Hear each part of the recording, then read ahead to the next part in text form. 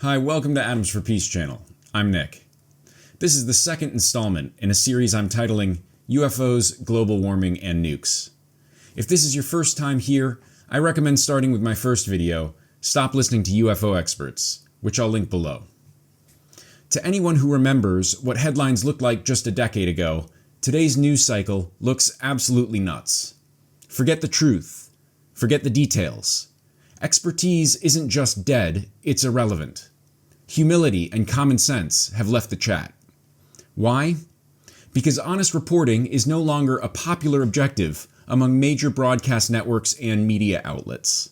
And, if Trump gets his way, public access to trustworthy news sources might soon disappear entirely. PBS and NPR were publicly funded to keep them independent. This is important to understand. Public broadcast services like these are public service enterprises, not business enterprises.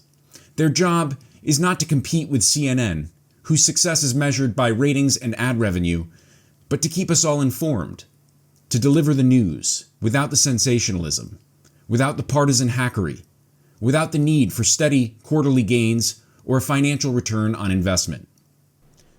Today, however, we're so swamped with political punditry and corporate propaganda that many critics call this job impossible. But it is only difficult. Difficult in the way that keeping a surgical suite sterile is difficult. Some germs get in, just as some bias gets in. But to deny that the goal in both cases is clear and worthwhile is disingenuous. It's an argument that favors infection, the corruption of sound reporting with deceit and disinformation. This past November, we watched Joe Rogan, the once liberal Bernie Sanders supporter, host Donald Trump on his podcast and then endorse him for a second term. Today, with Joe's pick now in office, we all look on as an unelected billionaire, Elon Musk, presides over mass firings across the civil service sector and huge withdrawals of congressionally appropriated funds from social welfare programs.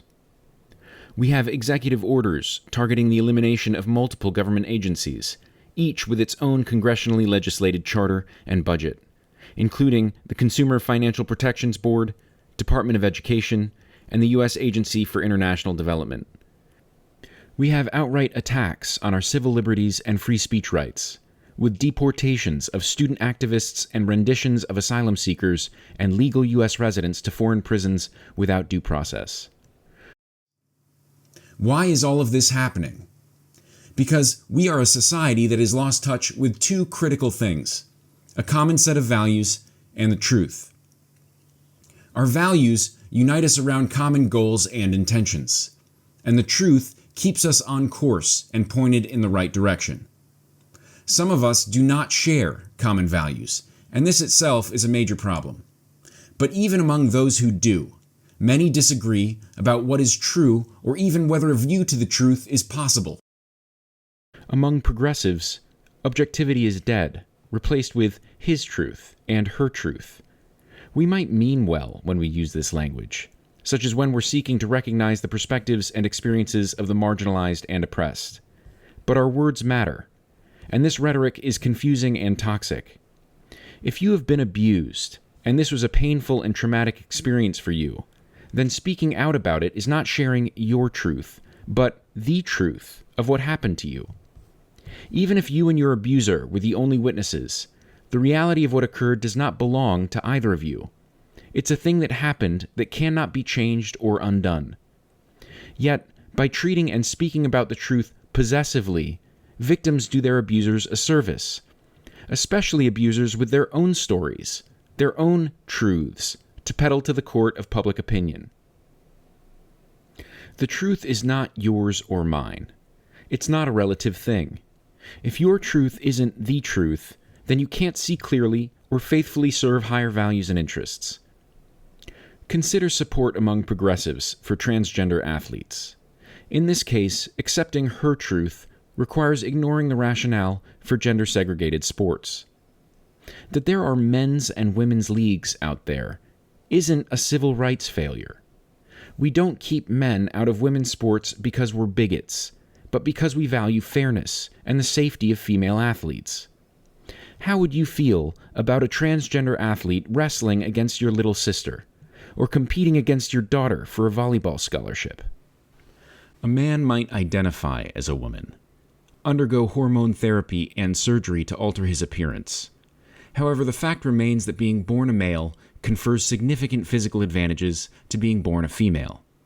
So while many self-styled progressives might demand that society defer to her truth, wherever this requires denying the truth of a clear and unfair advantage over her peers, it is neither healthy or progressive to do so. We can also look to the example of Green New Deal supporters, which ostensibly include many environmentalists and climate activists.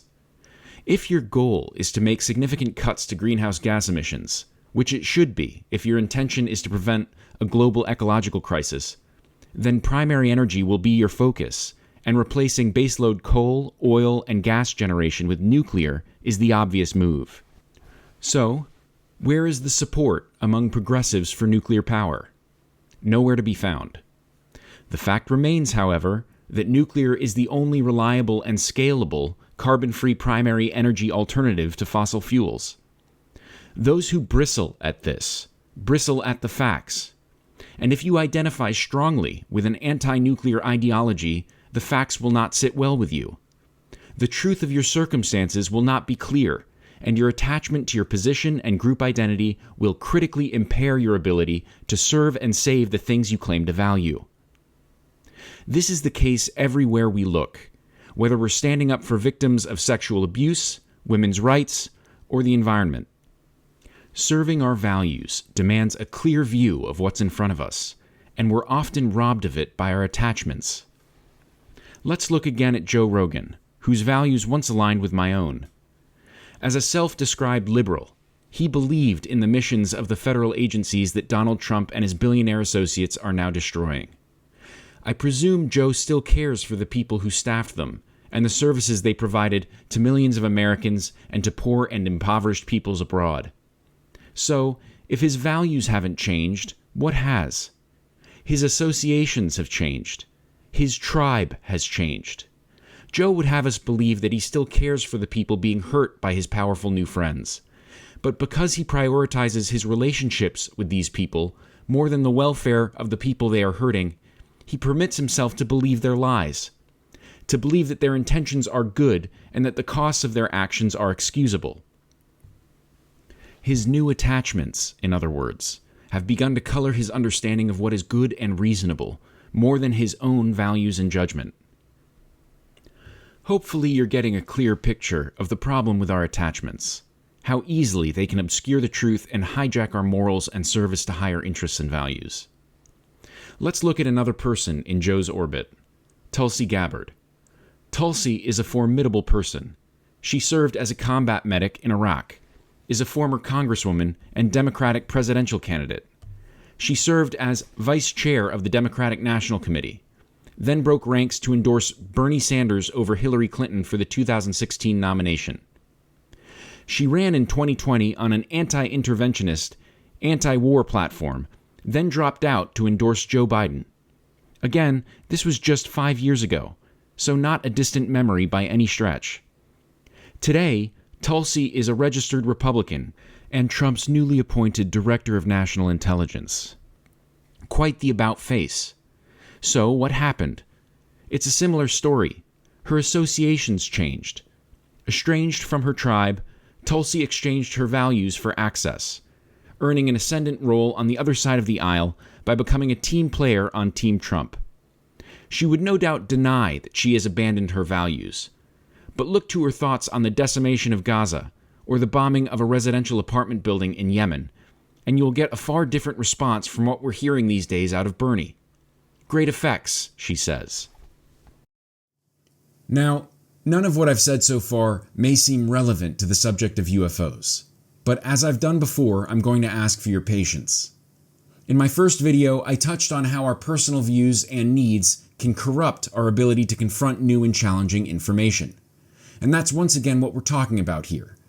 How our attachments can blur our vision and make us behave in ways that conflict with our values and intentions. This is an important theme that will come up repeatedly, so bear with me. Let's quickly review some basics from episode 1. In that video, I spent some time going over the prerequisites to understanding and their importance to developing a sensible take on UFOs. Courage is required to venture into uncharted territory, to embrace new experiences and challenge our false beliefs and convictions. Humility is required to acknowledge our ignorance, to open ourselves up to new insight and start the climb to higher ground. Self-awareness is required to scrutinize our feelings along the way, to be present rather than reactive, so that offensive information can be properly evaluated and, when appropriate, permitted to update our understanding. This sort of learning and growth, the really challenging sort, isn't possible if unexamined negative emotions are habitually validated and allowed to trigger our rejection of the offending stimuli. Developing a sensible take on UFOs requires achieving a full view of our fears, wants, and insecurities, and then integrating these components of ourselves into an authentic self-image. If we want to see our environment and circumstances clearly, we must establish our values and achieve a fully integrated character first. We must eliminate our need to fit new information within the constraints of a fanciful worldview or personal narrative. Otherwise, we will have no solid ground to stand on when our false beliefs and convictions fail us. If we know ourselves and our values, we can see and serve the good with confidence. We can rest assured that we will have a correct guide to action under any circumstances. Until recently, I was totally ignorant of the relationship between my thoughts and behavior and the quality of my observations. I did not grasp that it wasn't my limited access to information, but my limited openness to it that most constrained my worldview and understanding. I did not believe that these things were related, that seeing and understanding required that I dig up and integrate neglected parts of myself. I've since learned that this is absolutely the case. Bear with me here because this is important. When we are young, we become intensely familiar with our vulnerability to external forces. While we depend on others for food, shelter, and security, we are also regularly confronted with people and influences that threaten the quality of our experience. We learn what it feels like to be weakened by illness, saddened by death and loss, bullied and humiliated by our peers.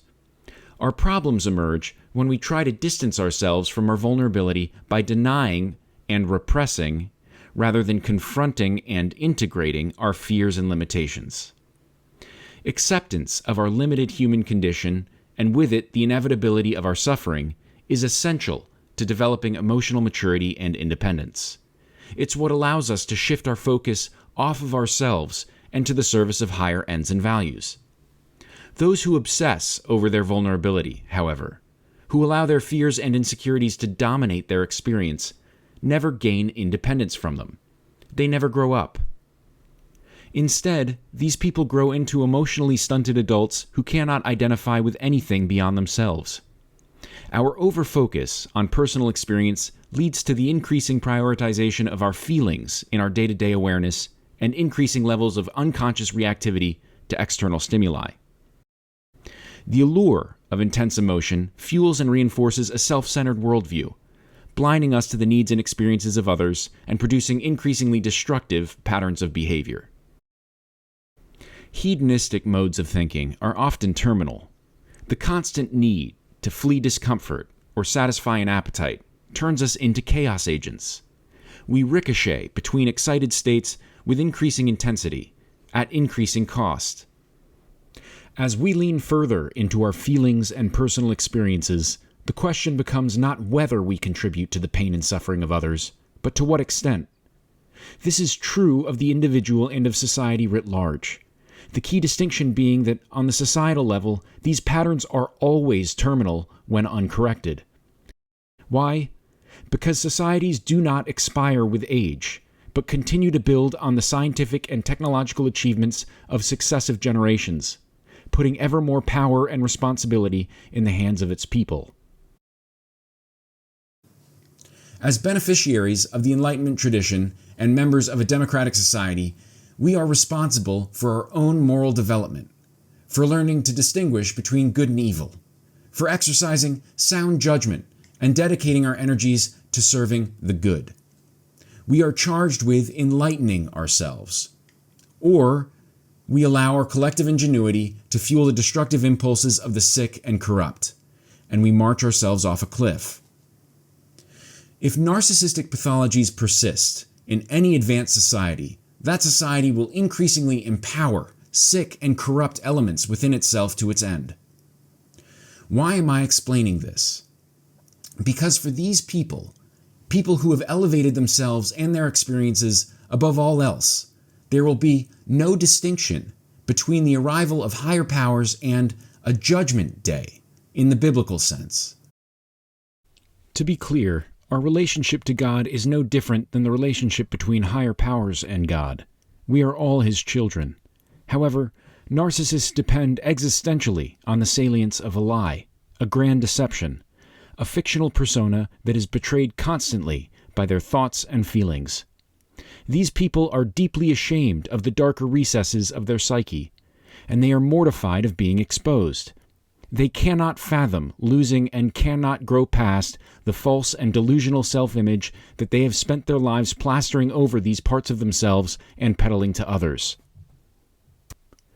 To our visitors, however, this emotional immaturity, this blind and deceitful condition, this moral confusion and corruption is evident. Our estrangement from the truth of ourselves is evident. The narcissist's obsessive need for admiration stems from the demands of a fanciful persona that conflicts fundamentally with a fearful and childish inner core. This unacknowledged self, which is denied and kept hidden from friends, colleagues, and family, is nonetheless discoverable by those with sufficient emotional intelligence and discernment. Simply by accepting and integrating our flaws and vulnerabilities into an honest self-image, we gain the freedom to identify with higher goals and values, to recognize our mistakes and seek to do better. We gain the freedom to grow and mean more to the people around us.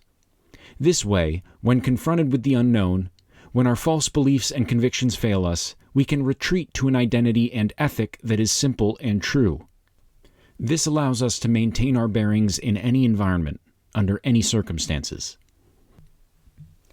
Yet, to those who have no identity beyond their feelings, beyond their own selfish interests and fantastic personal mythologies, the arrival of higher powers presents a crisis. These people of the lie are faced with the terrifying prospect of having their fraudulent self-image exposed. Lacking any deeper identity beyond this thin facade, they are left with nothing to stand on, nothing true, real, and solid on which to anchor themselves. Though not as existential, the rest of us suffer a similar crisis when our illusions about others fail. When we are confronted with evidence that we have been betrayed by someone close to us, someone we trust, where does that leave us?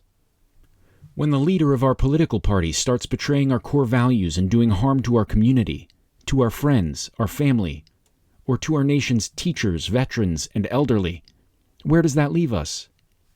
When we discover that UFOs aren't what we thought they were, but are what we've been insisting to others they weren't and couldn't be, where does that leave us? If we lack the courage, humility, or self-awareness to accept the reality of our circumstances or the truth of another's motives, new information that conflicts with our beliefs will only confuse us. If we don't have an internal anchor, a strongly rooted identity on which we can depend when these fantasies fall away, we will find ourselves lost and disoriented, eager to defer to authorities and vulnerable to manipulation. Finding clarity amidst great uncertainty and doubt requires asking ourselves the following question: who am I really? When things slide sideways, where is my terra firma? Where is my solid ground? If I live a life of service, then whom or what do I serve? If I identify as a good wife, a good father, a good teacher or doctor, what is that? What am I aiming for? What do I mean to my husband, to my kids, to my students, to my patients?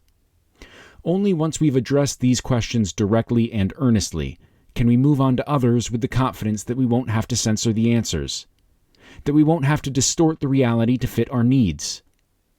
We will have earned a sense of ourselves and an identity that is rooted in basic values and truth, an identity that can withstand confrontation with the unknown. Only once we've done this, once we know what we're about, can we approach the questions I asked at the end of my last video with genuine openness and curiosity. Let's crack into the first of them. What does the arrival of non-human intelligences mean in practical terms for our society and for our near-term development? More than anything else, our values and behavior will determine our relationship to visiting intelligences and their meaning to us. If we continue to hand our most powerful weapons over to those without wisdom or restraint, then this relationship will not be pleasant or beneficial to the interests of mankind.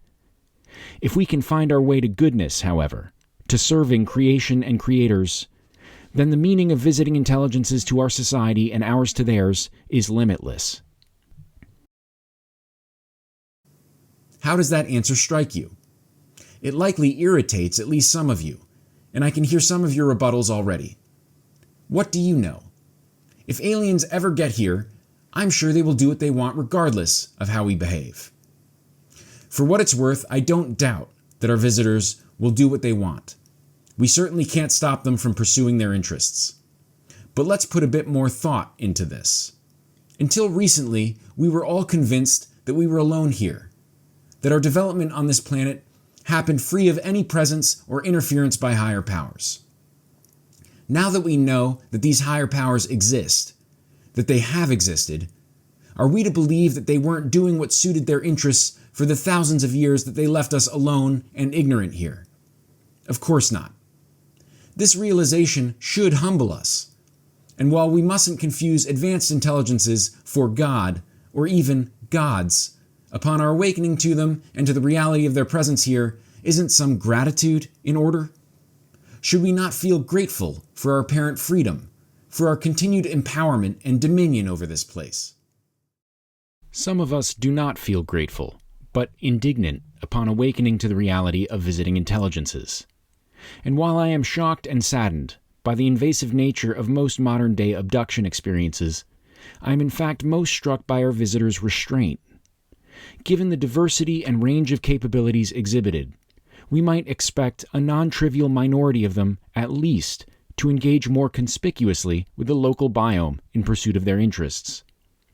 Even assuming most of our visitors wish not to disturb the human project, not to interfere with our development, in other words, we might expect a powerful subset to arrive here and pursue their prerogatives without the slightest regard for our welfare or for preserving our anthropocentric worldview. This is particularly surprising in the modern era, as, despite our newfound technological empowerment and visibility to cosmic agents, we continue to show little regard for one another, for the life on this planet, or apparently for the welfare of our visitors. Nevertheless, today's unprecedented volume of human encounters with non-human intelligences is a distinctly modern phenomenon, which begs the question, if their interests haven't changed, but their behavior towards us has, how might we have prompted this development? More specifically, how might the prevailing policy of non-intervention suit the collective interests of advanced civilizations, and how might our newfound empowerment and behavior threaten those interests? I can hear some of you already. Who says we've done anything to threaten their interests? That's a pretty big leap, isn't it? Maybe, but I want you to hold on to my question regardless. If it's true that we're being visited by a diversity of advanced intelligences, which we are, then we would be wise to investigate what might be responsible for any observed consistencies or changes in their treatment of us. Take a mental step back from the planet and consider Earth from deep space. Consider how exposed we all are to the heavens above. Then think again about the sort of mindset that would aim our anger and weapons skyward. Before lamenting any unfair treatment, in other words, we need to come to terms with our own behavior, our own recklessness, our own shameless acts of evil. Here it bears repeating that, in healthy people, awakening confers not just a feeling of humility and responsibility, but clear insight into our vulnerability here. Unless we intend to retreat into caves, we must live our lives exposed to the sky over our heads. There is no avoiding this. We are vulnerable. Our visitors represent civilizations that have overcome the obstacles to development that we now face as a global society, and they have bridged the distance between stars to arrive here. As a result, they can discover where and when we go to sleep at night, what we do for a living, and in what car we take our kids to soccer practice. Those are the rules. Even the folks at the National Air and Space Intelligence Center, NASIC, who can presumably learn the same things through their own taxpayer-provided powers of observation, can't escape their own exposure to the prying eyes of our cosmic guests. In the current moment, what we need most is basic situational awareness. I am going to keep banging this drum until it's heard. Upon awakening to them, we have to respond appropriately to the arrival of higher powers. We have to pull our pants up and put our guns down. In addition to confronting the truth of our vulnerable circumstances, we are challenged to confront our own role in determining the manner of our treatment by visiting intelligences. We must confront the fact that the activities that are most invasive, that we find most objectionable, may be reflective of the attitudes and behaviors we permit of our government authorities and of ourselves. Our current problem isn't just that we lack morals. It's that we're ignorant of the consequences of this fact. We largely believe ourselves to be good people, yet because we lack a correct understanding of ourselves or a shared set of values, we have no common understanding of what is good. The word has lost its meaning, to become whatever we please, whatever suits us. Atheists often claim that they don't need a book to tell them right from wrong. Yet many are quick to abandon their reason in defense of convoluted theories and flawed ideologies. Their confusion often stems from a view of the universe that is strictly bounded, in which all of reality is composed of discrete and measurable things. This reductive worldview, which at first blush might seem sensible, leaves no room for the infinite. Not only do these people reject the notion of an infinite cosmos, but of human beings as infinite wells of creative potential and meaning. This lack of insight diminishes the value of human life and allows for some pretty appalling moral calculus. Popular atheist author and philosopher Sam Harris might balk at being labeled a reductionist. However, his thinking fits neatly within a reductive worldview. According to Sam, everything that exists in the physical universe is mappable, right down to our choices. Sam's position is that there's no such thing as free will, that all our actions are preordained by the circumstances of our arrival at the present moment. Where you feel like you're a thinker of thoughts, you feel like you're the author of intentions, you feel like you are a subject, and commensurate with that feeling is the sense that you are in a position to do what it is you do, to decide to do, I can decide to lift my left hand or I can decide to lift my right hand, and I can deliberate between the two, and I can have reasons for one or reasons for the other, and I'm in the driver's seat. I really am. And then if you, and so that's where everyone's starting. The problem with that is, objectively, we know that everything that you're consciously aware of, all your thoughts and your intentions and your impulses, and your impulses to resist those impulses. I mean, whatever's coming up for you, we know that's all preceded by events in your nervous system of which you're not aware and which you didn't create. And the state of your brain in this moment, it's in every sense, is the product of variables that you are not responsible for. You didn't pick your parents. You haven't created your neurophysiology, and yet your neurophysiology is going to give rise to every next thought and intention that shows up for you. To Sam, despite the illusion of conscious awareness and choice, none of us have any real agency in our lives. Rather, we are each carried along moment to moment on a wave of circumstance and subconscious conditioning. Our thoughts own us, in other words, not the other way around. Sam's identification with a deterministic worldview has produced in him a confused and distorted understanding of reason itself, the application of which is supposed to accompany good and practical outcomes. What is reasonable serves, in other words. And what service is done by Sam's argument against free will, against our ability to choose our values and behavior, to choose our meaning to our friends and family?